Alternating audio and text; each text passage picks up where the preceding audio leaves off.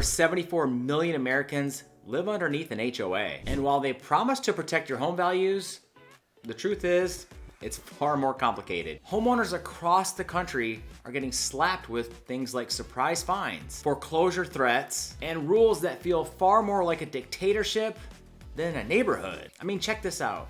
Do you ever go through a neighborhood and you see the nice clean sidewalks, the grass is freshly cut, all about the same looking, it kind of looks like a postcard, and you think to yourself, yeah, I could live there. And then your real estate agent says, well, this one's in an HOA, and you think to yourself, oh, hell no, I'm not living in an HOA. And then suddenly you're not so sure anymore, right? But some folks, they swear by an HOA. They will tell you that they protect all the property values in the neighborhood and they keep your neighbors in check. By that, I mean no super loud parties, no junk cars in the driveway, things like that. Or we've even had clients tell me horror stories about the HOA that they bought into where they got fined for having the wrong shade of beige on the mailbox. That's crazy. So in today's video, we're gonna unpack all of it.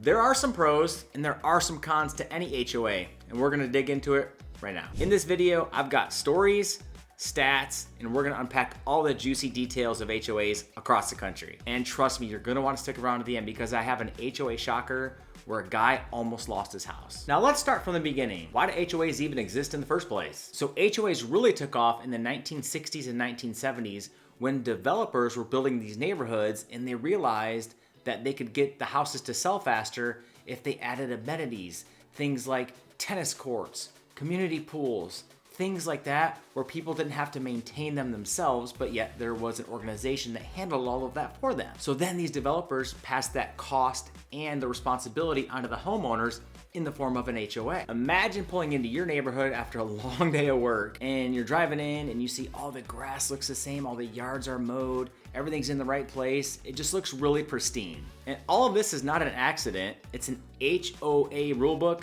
in full motion. Some studies out there actually show that homes that are in an HOA sell for 5 to 6% more than comparable homes that are not in an HOA. And if you plan on selling your home in a few years, that curb appeal could put a few extra $1,000s into your bank account. Now on to con number one, the flip side. But there is a flip side to this. Some HOAs take the rule book way too far. I have even heard stories of guys that have gotten in trouble over a simple garden gnome in their front yard. That's insane. And there's an example of a veteran in Florida that was fined $100 a day for having one of those little mini American flags sitting right there in his front yard. $100 a day. And if you think that's bad, just wait until you hear the story about this couple in Texas that didn't get approval to paint their garage. We're gonna get to that in a bit. But now let's talk some perks. The pools, the clubhouse, the basketball courts, the tennis courts, the playgrounds. These things aren't just luxuries. They're often built in with your dues. And some communities are really taking it to the next level, especially here in Texas where they're throwing in dog parks, fitness centers, and walking trails throughout the whole entire community. Now, if you wanted to access those same amenities yourself, you're gonna be shelling out several $100s a month for those types of things. But think about this example. Let's just say you just bought your home, you're super excited, you have a really nice backyard, and you can't wait to put up that brand new basketball goal for your kid. Access denied. In this scenario, you feel like you own your house, but the HOA controls you with a leash. And remember a little bit ago, I talked to you about that homeowner in Texas that decided to paint their garage without the HOA approval? Check out what happened to them. And I mean, let's face it, for the majority of us, who really wants that neighbor that's gonna stay up to 3 or 4 o'clock in the morning partying or making loud noises? Or who just decides to leave a bunch of the junk cars in their front yard or parked along the road? I know I don't. But that's where HOAs can step in, so you really don't have to. They will handle that dirty work. So in this instance, you can think of an HOA kind of like a referee for the neighborhood. They're gonna control all the actions, so you don't have to, right? Which is great, unless they decide to overstep. And me being a real estate agent, this is one thing I let all of my buying clients know, is that if you belong to an HOA and you miss a payment or violate a rule, the HOA can fine you, and in some cases, even foreclose on your house.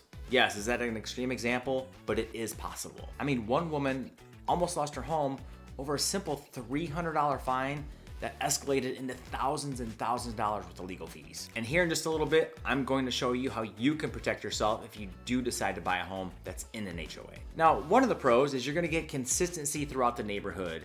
For the most part, I mean, you're gonna hear stories and you see a lot of things make attention in the news. If a grass blade is a little bit too high, you're gonna get a letter, or You know, in some examples, you're gonna see if a trash can's out of place or you leave it outside by the curb too often.